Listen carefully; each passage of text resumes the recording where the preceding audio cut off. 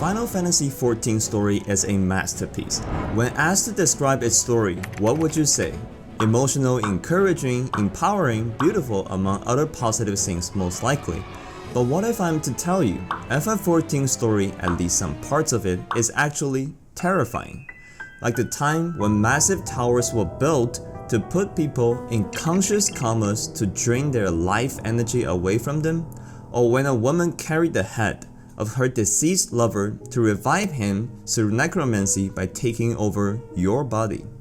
In today's video, I am going to be covering 5 of such haunting lore pieces that may add a layer of horror to the land of Eorzea.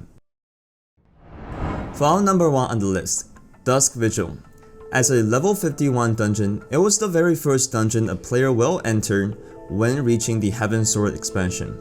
At face value, while there are some daunting details in the dungeon, such as the eerie music at the background and the dead soldiers coming back to life to attack you, most players probably wouldn't think too much of them considering we are dealing with a magical world. What makes this dungeon have a spot on this list are the torn journal pages found throughout the dungeon floor, which reveal to a degree what truly transpired here. In short, the used-to-be commander of this fortress, Sir Euhemeric, or the second boss of the dungeon, used to post here with a group of soldiers. The place was wrecked by the sudden cold and snow caused by the Dolomote's fall, or essentially the 7th Umbral Calamity. After the destruction, the commander refused to leave the post, even though the band was quickly running out of supplies, the place was out of hope to be repaired, and there were no reinforcements foreseeable. The group slowly started to lose their mind, which culminated in a mutiny against the commander. The mutiny was put down, and the traitors, which included some of the commander's closest friends, were cut down by the commander himself.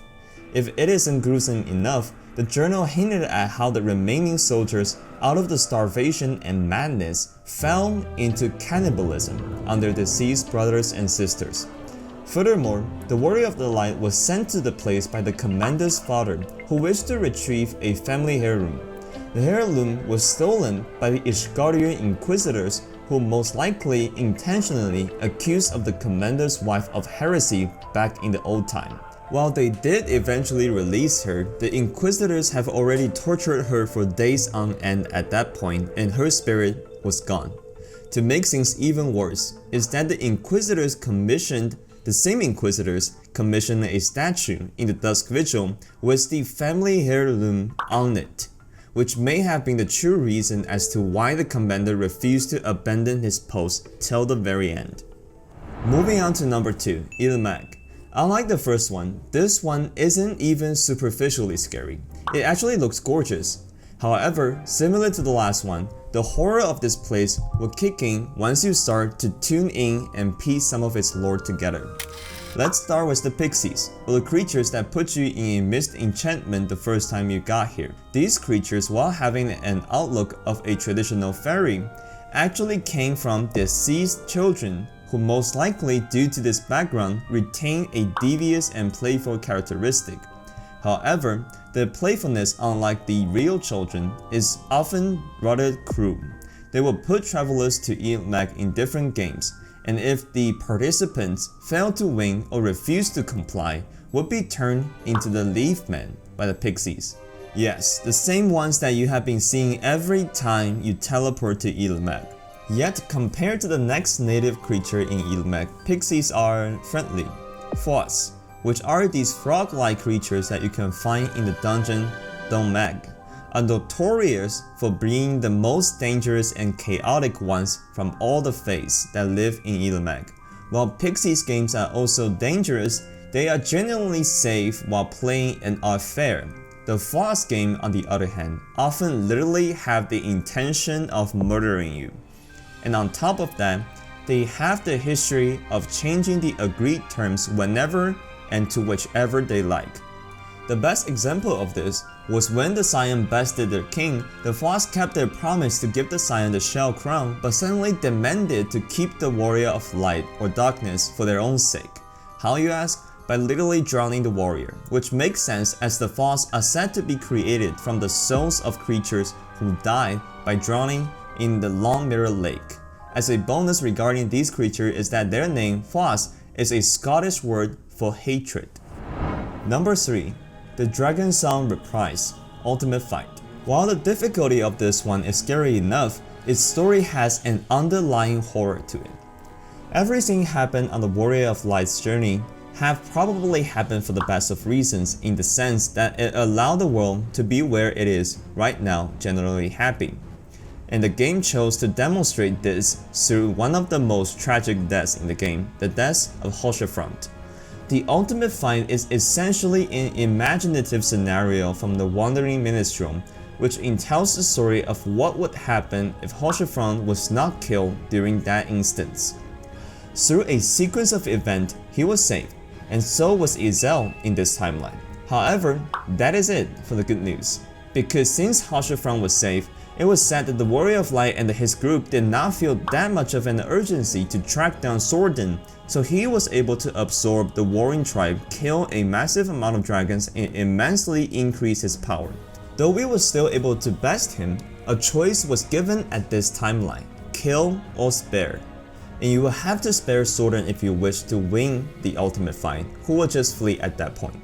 Then the next instance began where instead of just fighting Nidhogg, this time it's Nidhogg and Hraesvelgr. Because in this timeline, Nidhogg, after fleeing that place, used some sort of elegant tech which enslaved the other worm to enslave Hraesvelgr.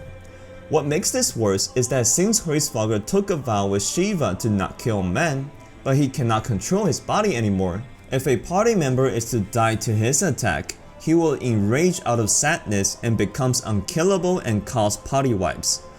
All the while Eorzea, who is the reincarnation of Shiva who Hraesvelgr made the vow to, is alive and seeing the fight outside, if I remember correctly. Once both defeated, then the same sequence with saving Estinian will take place, but this time it is from both of the dragon's eyes. But we won't be able to save him because remember, in canon we succeeded because of Hoshafront and Eorzea giving us Aether in the afterlife, who are both alive in this timeline. So instead, Sordon jumps back in and took all 4 eyes and became the Dragon King Sordon, who would probably just be the strongest foe ever up until the end of Endwalker, or at least just massively overpowered. You will eventually still defeat him, though incredibly difficult, but it is implied that much more people and dragons died in this timeline, and it was all because Hoshafront was saved. Number 4. The Telefroy's Tower. Constructed by Fandaniel, these towers were initially thought to be factories of lunar primals. What was the creation procedure of these primal, you ask? Well, once a tower is created, it will emit some sort of etheric waves to its surrounding areas and allure or temper the corresponding beastmen in the area to those towers. Once they are in the tower, the beastmen will become enthralled by the tower, in the sense that they will literally be sucked into the tower's walls and be slowly drained of their life energy. I need to quickly explain what tempering means in order to fully explain how bad this is. Tempering is a procedure where one's ether is altered to match the entity doing the altering, and it is not like you just lose consciousness while being tempered, but the opposite. There have been many cases where the tempered subject is completely aware of the situations that they are stuck in, but simply cannot do anything about it, which is most likely what the entity doing the tempering wants anyway, since this will augment the pain and suffering of the tempered, which will make the entity stronger. So hundreds if not thousands of beastmen at the end of Shadowbringer and well into Endwalker was trapped in those towers that was slowly killing them while being fully aware of what was going on. This is also not where this story ends. As we later found out, these smaller towers were just extensions of the main tower, the Tower of Babel in Garlemald. All those smaller towers only exist because so that they can transfer the ether that they gather to the main tower, the Tower of Babel. What lays inside this is a primal named Anima, created by the Garlemald's people's face in their now deceased emperor Varus Galvus in the after hours of his assassination, and physically manifested by the emperor's very own corpse which lays in the tower. To put the cherry on top, Anima was able to effectively influence and control the other towers due to how those towers each have a limb of Varus at their core. Number 5. Tamtara Deepcraft Heart and Edda, essentially. Following the 7th Umbral Calamity, a doomsday cult took over the once populated Deepcraft. These cult members would frequently summon Void Sand to avenge the destruction of the god that they believe in, the fallen moon Dalamont. Due to this dangerous nature, Bow Lord Luwen Hamte of the God's Quiver started to recruit adventurers to purge this cult in the Deepcraft. One such party included Edda Pureheart, Avir Bravearm, Leavine Painfort, and Pale Rail. Their adventure, however, met a terrible end where Avir was decapitated and the party forced to retreat. In fact, this was the first time we saw the party where they were arguing and eventually disbanded.